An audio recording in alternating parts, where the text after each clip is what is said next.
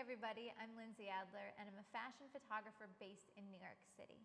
And what I would like to do is walk you through a beauty retouch. And I'm not going to walk through every single step, but I wanted to give you an overview of how I work and also how Imagenomic portraiture works into my workflow. Now what I think is important is that if I'm trying to do a lot of work, like try to do a big volume, Imagenomic is great because it's helping me get through a lot of these images quickly. But when I'm doing an image, when I'm retouching an image that's going to be huge, it's a beauty image where I need every single detail and I need it to be absolute perfection. I use Imagenomic portraiture as part of my entire process to help save me time and help give me really nice, smooth, but still believable results. So that's what I'm going to show you here. All right, so looking at this image, I am going to jump into basic retouching. Now, if you don't know a lot about retouching, you're definitely going to want to check out some of my other educational resources, and you can find it at lindsayadlerphotography.com. All right, so what I'm going to do is I'm going to duplicate the background and I'm going to zoom in close to this beauty image. And where I begin is I begin by trying to remove any unwanted blemishes or large pores or scars. And, you know, of course, working with a professional model, I start off with a little bit nicer starting point. It's a little bit easier, right? Because she does generally have nicer skin. But the first tool that I go to is the spot healing brush over here on the left-hand side. Now, what it allows me to do is I'm going to make my brush using the left and right bracket key. Those are my shortcuts. I'm going to make it a little bit larger than any blemishes or things that I don't want. Now, looking around her skin, you might not see any obvious blemishes, but I'm not just talking about pimples. How about these larger pores on her nose? I would get rid of those. And what the spot healing brush allows me to do is when that brush is just a bit larger than that blemish, I click and it erases it for me.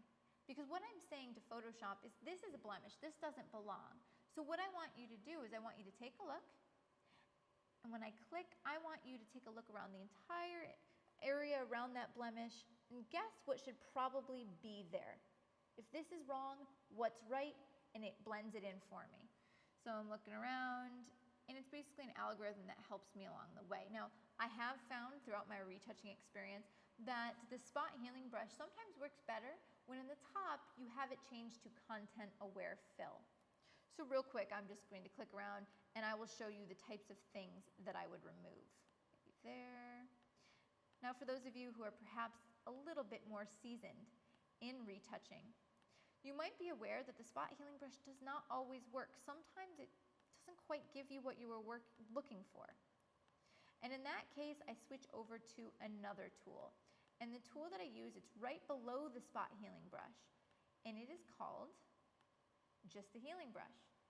What the healing brush allows you to do is it's going to allow you to select the area of skin you like. So instead of asking Photoshop to guess based on the other pixels around it, you're actually saying, this is good skin. Now replace the bad skin. So when I hold the Alt or Option key, what it does is it gives me a target. So let's say I wanted to get rid of this freckle up here. I can select the area of skin I like, and I click when holding the Alt and Option key.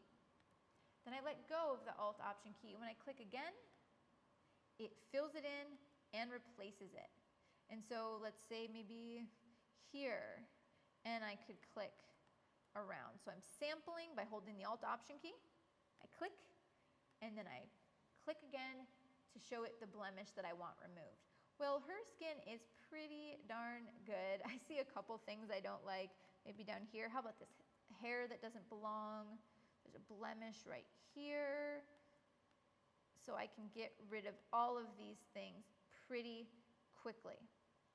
All right, well, here's another more difficult area. You can see the makeup got messed up a bit underneath her nose. So I would spend a bit of time there, not with the healing tool, because the healing tool, the spot healing tool, spot healing doesn't quite know what's supposed to go there and it gets really confused. So what I do is I use the healing brush where I can select the area of skin that I like, and it just gives me a bit more control.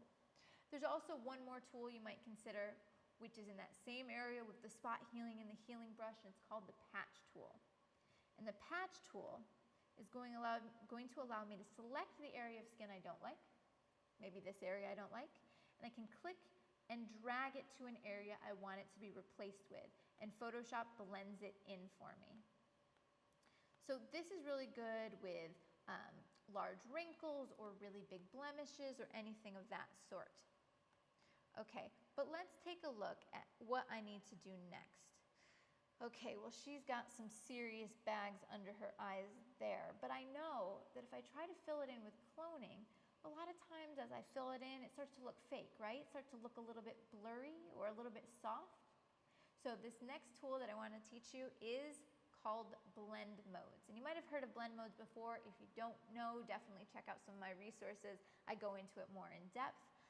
But what we're going to do is we're going to use the clone stamp over here on the left-hand side. And we're going to change the blend mode. And what blend modes do when you're referring to brushes is they change how these brushes behave. So when I click on the clone stamp, you might know clone stamp is basically cut and paste, right? You select an area that you want to cut, and then you use opacity to decide how much you paste. All right, well, in this case, what I'm going to do is I'm going to go where it says mode here, and I'm going to change the blend mode. And it changes the function of this brush. So what I'm going to do is I'm going to select lighten. And in doing so, when I zoom into the eye, now when I clone from underneath the eyes, just even on her cheeks to the skin underneath the eyes, it'll only fill in shadow areas. So think of it like this. If you want to lighten, change your blend mode to darken. Well, I want to lighten the shadows under her eyes, so my blend mode would be lighten. Now let's imagine that I wanted to darken that highlight on her nose. I would then change my blend mode to darken. So just remember, if any of your brushes, they have these blend modes that help give them more focus, more precision. So I'm going to grab a low flow. I'm going to grab my clone stamp, grab even lower, and I'm going to click, and I'm going to fill in.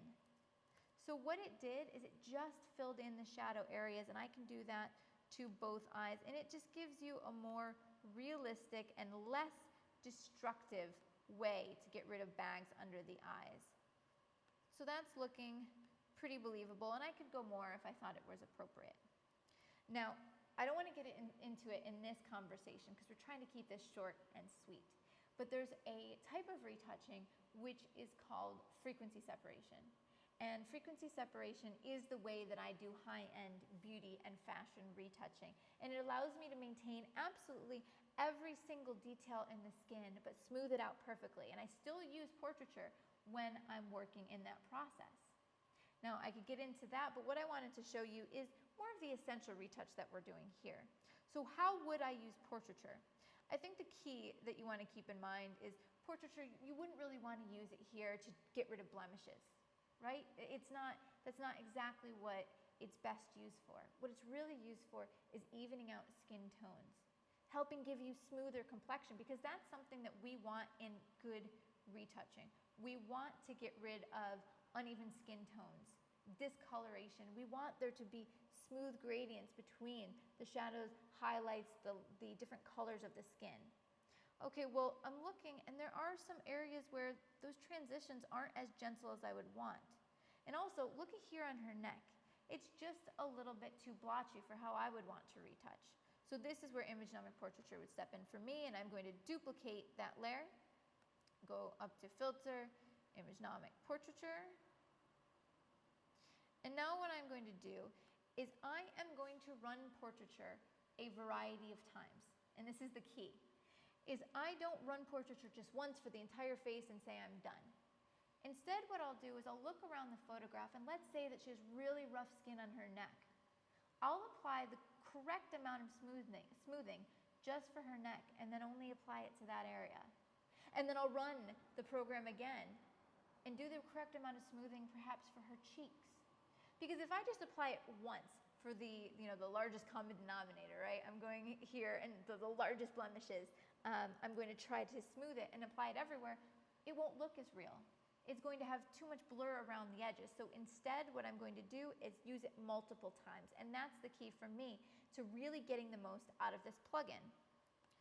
So for right here, I don't need it to be that smooth.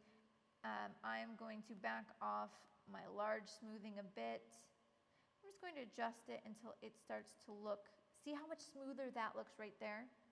And if I go ahead and turn my skin tone mask on, I can actually grab an eyedropper and click and hold for whatever part of the skin I want to be affected. So I actually will get a preview on the right-hand side showing me what I've selected. But actually, for how I'm going to use this tool, it doesn't quite matter, and I'll show you why. I am going to click OK. And it applies the entire effect across the entire photo. Now what you'll notice is that it did apply the effect to areas I probably didn't want it to. It probably applied it to the cheeks and to the background and to other areas that I can't quite tell. So here is what I do. I'm going to click on that effect that I just did. And on the bottom center of the layers palette, I can click on Add Layer Mask. Okay, now what does this do? If I hold the Alt or Option key, when I click Add Layer Mask, it adds a black mask to that portraiture effect I just applied. And fundamentally, it hides everything I just did. Well, why would I want to do that? What would be the point? Here's why. When I want to now show that softening, that smoothing that I just created, I'm going to grab a white brush and I'm going to paint that effect back in, because that's how layer masks work. Wherever you see black, the layer next to it is hidden. Wherever you see white, that layer is now revealed, and I'm showing you that now. Wherever I paint white, that smoothing, that evening out of the skin is now applied. And so by using these adjustment layers, or by using these layer masks as we're using in this case, layer masks are going to allow you to selectively paint in where you want this particular smoothing to be applied. And let's say I wanted to apply a different type of smoothing just to the cheek area to smooth out maybe some of those rougher pores. Well, I can go ahead and run this again. So let's do that. I'm going to duplicate that layer. I'm going to go to Filter, Imagenomic Portraiture, and I'm going to zoom in and just pay attention to the cheeks. All right, and I'm actually going to select that area of the cheeks. And what I want is I really want to smooth out some of that medium detail, some of that detail in the texture.